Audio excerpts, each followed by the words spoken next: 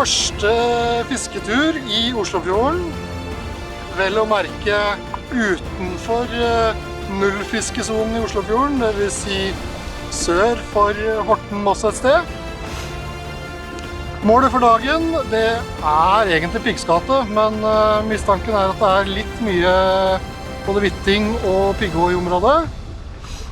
Med i båten så har vi Pål Espen Stengran, og så har vi foran her Mr. Henrik Stengran. Og så har vi Jørgen. Travelt opptatt med å melde seg inn i Fish Donkey, tror jeg faktisk. Altså melde seg inn i havfiskeren da. Det er helt riktig. Ja. Så vi har slept ut agn og konstatert fisk, har hatt noen i båten allerede. Heng med. Jørgen har muligens opprettet kontakt med... Se der, ja!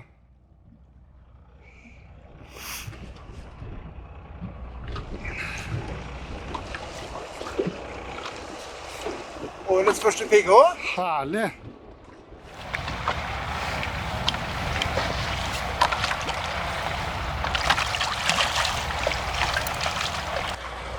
Jørgen med årets første fisk, det er en pigghå.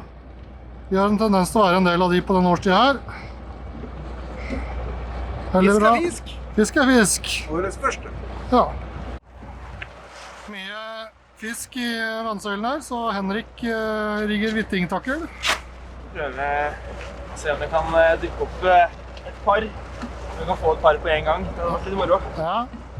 Har du de havfiskerne enda, eller? Det har jeg ikke. Nei. Så det hadde vært en ny art der også, så det hadde vært herlig. Ja. Litt poeng. Det ryker vel fort på neste Vestlandstur antageligvis, men... Oi!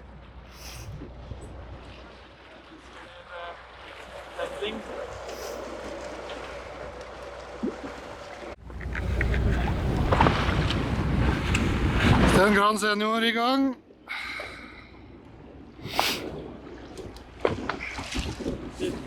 Liten hai. Nei, den slapp.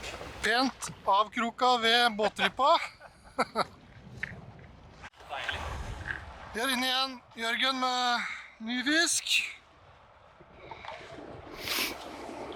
Jeg tror det er en dag hvor det kan fiskes mye pigghå. Altså. Ja.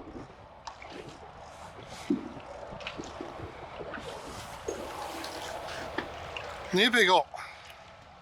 Jørgen med ny pigghå. Fin størrelse på denne. Størrelsen er fin, er ikke så poseringsvennlig, men det går bra. Ja. Mens vi slapper av mellom pigghåslaget her, så tenkte jeg skulle fortelle litt om hva jeg har drivet med i båten de siste månedene. Jeg har byttet ut all elektronikken. Nå er det kun Garmin-elektronikk i båten.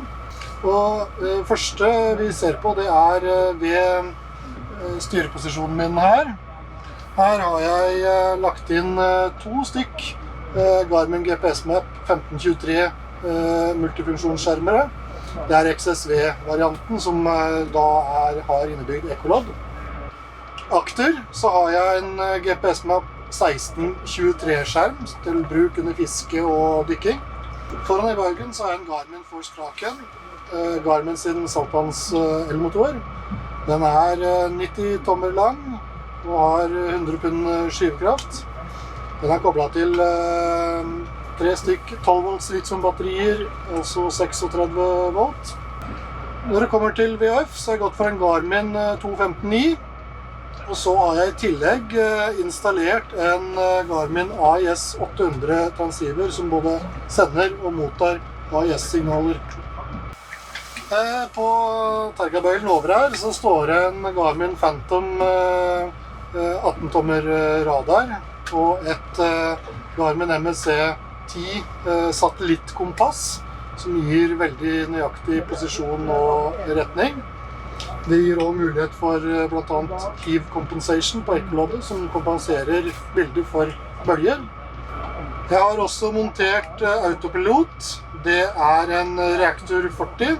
Av givere så har jeg jo da installert en Garmin PS70, som er vel det råeste jeg har hatt i båten noensinne. Det er en multistrålegiver, livegiver, med masse ulike moduser. Den tror jeg vi får ta en egen seanse på senere. Fantastisk verktøy. Og i tillegg til det så har jeg Garmin sin GT51M.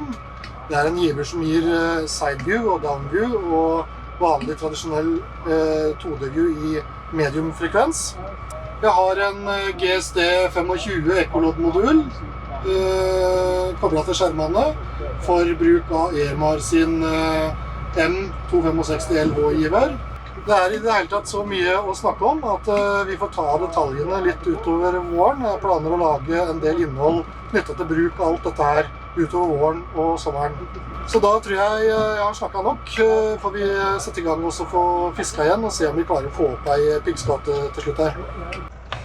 Det er et nytt forsøk, piggskate. Henrik, fortell litt hvordan du rigger taklene dine.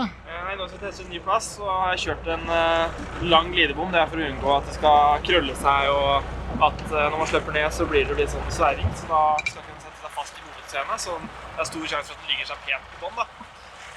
Helt nederst her, over testet kjører jeg bare en liten lightsleeve over for å lokke den pulteklippen, sånn at den ikke åpner seg hvis det kommer på noe annet, eller at det vrir seg.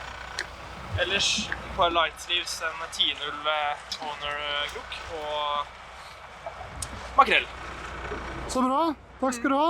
Bare hyggelig. Skitt fiske. Takk, takk.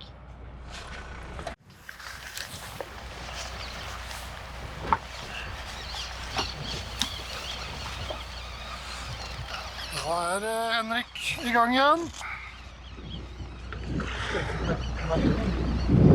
Det var lettere.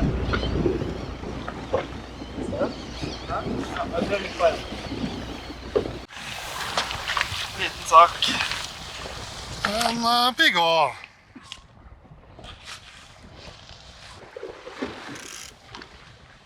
Veldig bra. Årets første piggå på Pål Espen. Den går rett inn i havfiskeren i alle fall. Ja. Pål Espen har fast fisken.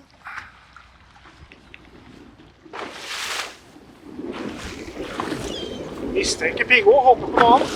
Ja. Det kommer opp en piggå. Helt der er det. Nok en piggå. Da tenker jeg vi gir oss for i dag.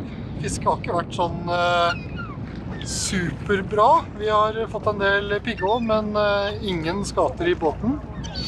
En og annen vitting har det vært også.